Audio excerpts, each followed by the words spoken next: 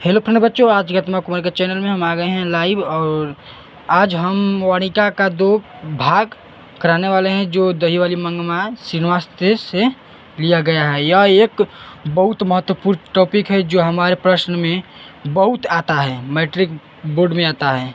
तो आज हम इसका सॉल्यूशन करेंगे ऑब्जेक्टिव का। तो दिया गया है पहला नंबर कि B.R. नारायण ने किस कहानी का अनुवाद किया। तो इसका आंसर हो जाएगा दही वाली मंगमा। दूसरा का क्या कर रहा है कि दही कहानीकार कौन थे। तो दही वाले मंगमा थे तो इसका कहानीकार कौन थे, तो इसका हो जाएगा श्रीनिवास थे। इसका कहानीकार कौन थे? श्रीनिवास थे। मंगमा की बहू का नाम क्या था? जो मंगमा थी उसकी बहू का नाम था नंजम्मा। उसकी बहू का नाम क्या था? नंजम्मा था। अब चौथा पॉइंट पढ़ेंगे कि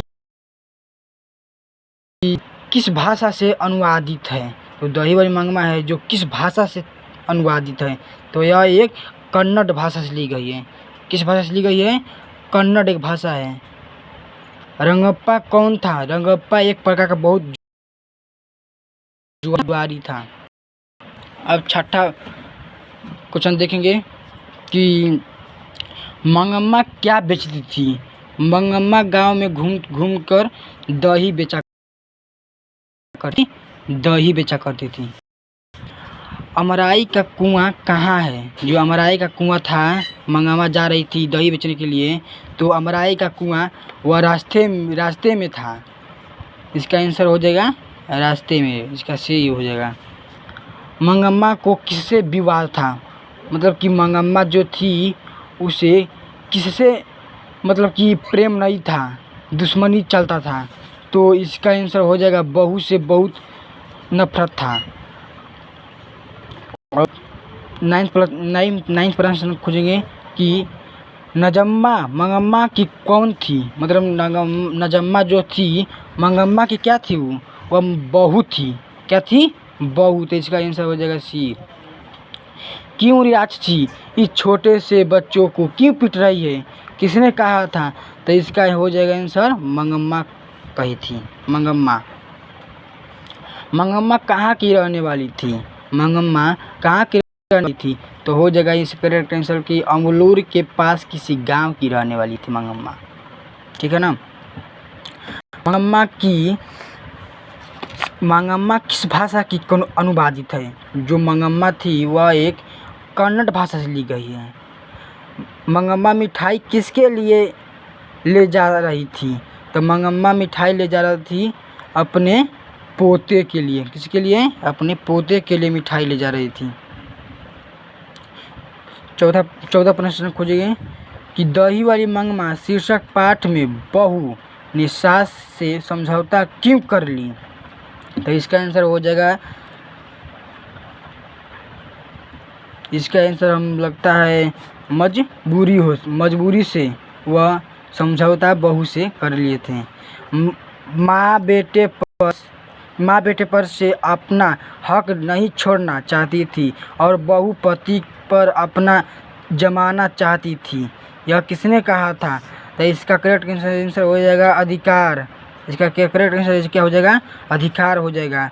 मंगम्मा क्या करती थी? मंगम्मा एक प्रकार की दिन भर बारी से दही बेचा करती थी। मंगम्मा गांव भर में घूम कर दही बेचा करती थी। अब 17 प्रश्न देखेंगे।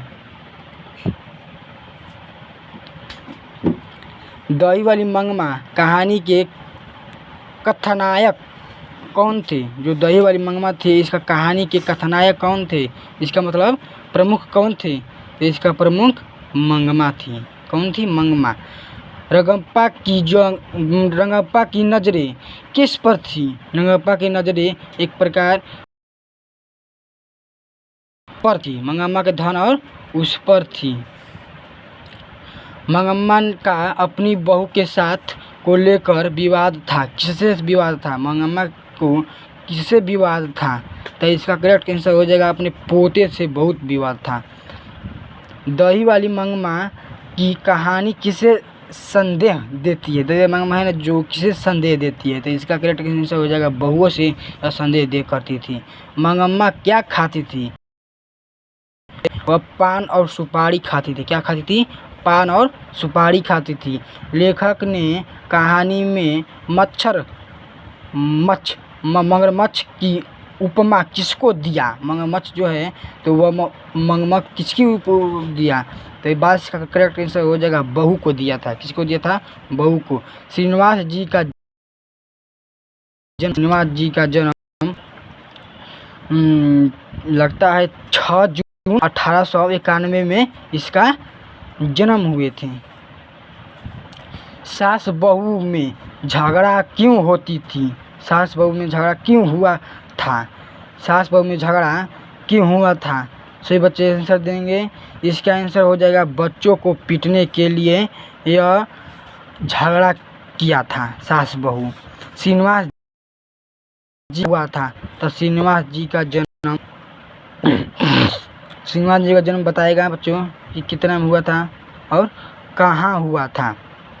तो इसका जन्म हुआ था 6 जून 1891 में, और इसका जन्म कहाँ पर हुआ था? तो इसका हो जाएगा कोलार, कर्नाटक में पड़ता है। कहाँ पड़ता है? कोलार, कर्नाटक में पड़ता है। 26% देखेंगे। लड़का अगर कुछ उद्यम करता है तो उसे मना करने का हक मुझे नहीं है, यह किसने कहा था? तो यह कहा था मंगमा के बेटे ने कहा था। किसने कहा था? यह मंगमा के बेटे ने कहा था कि मना करने का मुझे अधिकार नहीं है। अब 27% देखेंगे कि घरवाले के रहते एक अच्छी साड़ी नसीब नहीं हुई, ऐसे किसने कहा था? तो इसका करेक्ट आंसर हो जाएगा 27 का। इसका करेक्ट आंसर हो जाएगा ए, मंगमा हो जाएगा। करेक्ट आंसर क्या होगा? मंगमा इसका आंसर होगा। आपको वीडियो पसंद लगे तो लाइक और सब्सक्राइब, लाइक बटन को दबा दें।